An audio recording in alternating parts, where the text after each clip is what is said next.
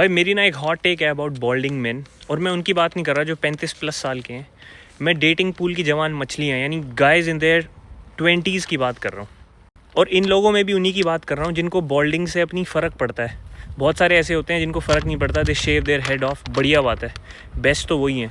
But मैं बात कर रहा हूँ उनकी जिनको फ़र्क पड़ता है। मेरे को लगता है guys in their early 20s who are balding are better off than guys who are balding in their late 20s। और ये मैं इसलिए कह रहा हूँ क्योंकि अर्ली 20s वालों के पास ना इस चेंज को अकोमोडेट करना, इसे एक्सेप्ट करना और इसको अपनी पर्सनैलिटी में इंटीग्रेट करने के ना ज़्यादा स्कोप है, ज़्यादा टाइम है।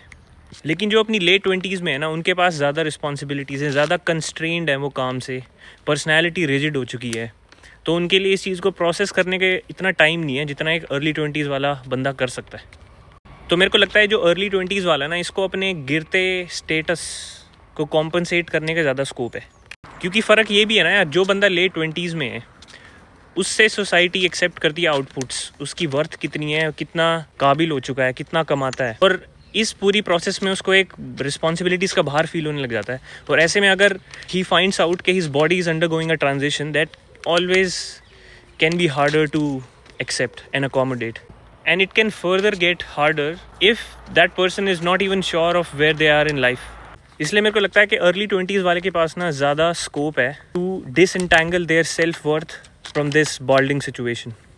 बट इन जनरल किसी भी गंजे होते लौंडे को मैं यही कहूँगा कि भाई there so much more you can build within yourself outside into the world that will make your balding invisible to the world. इतने सारे बंदे हैं, टिम फेरिस, जोको विलिंग्स, जो रोगन, David Goggins, Bill Burr. There's so many people that you can see who have made this deep impact into the world.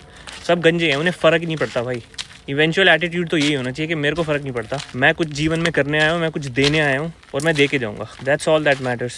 Also more than anything, अगर आप सोचो गंजा होना is such a raw and real experience। कि मेरे को लगता था कि मेरी बॉडी जो है वो मेरे कंट्रोल में है, जैसे मैं चाहूँगा वैसे चलेगी, पर then you realize it's not in your control at all, and it's such an humbling experience. And I think therefore the guys who are losing their hair should make sure that they use this humbleness to their advantage, not to their disadvantage. अपने दुश्मन मत बन जाओ, अपने दोस्त बने रहना बड़ा ज़रूरी है।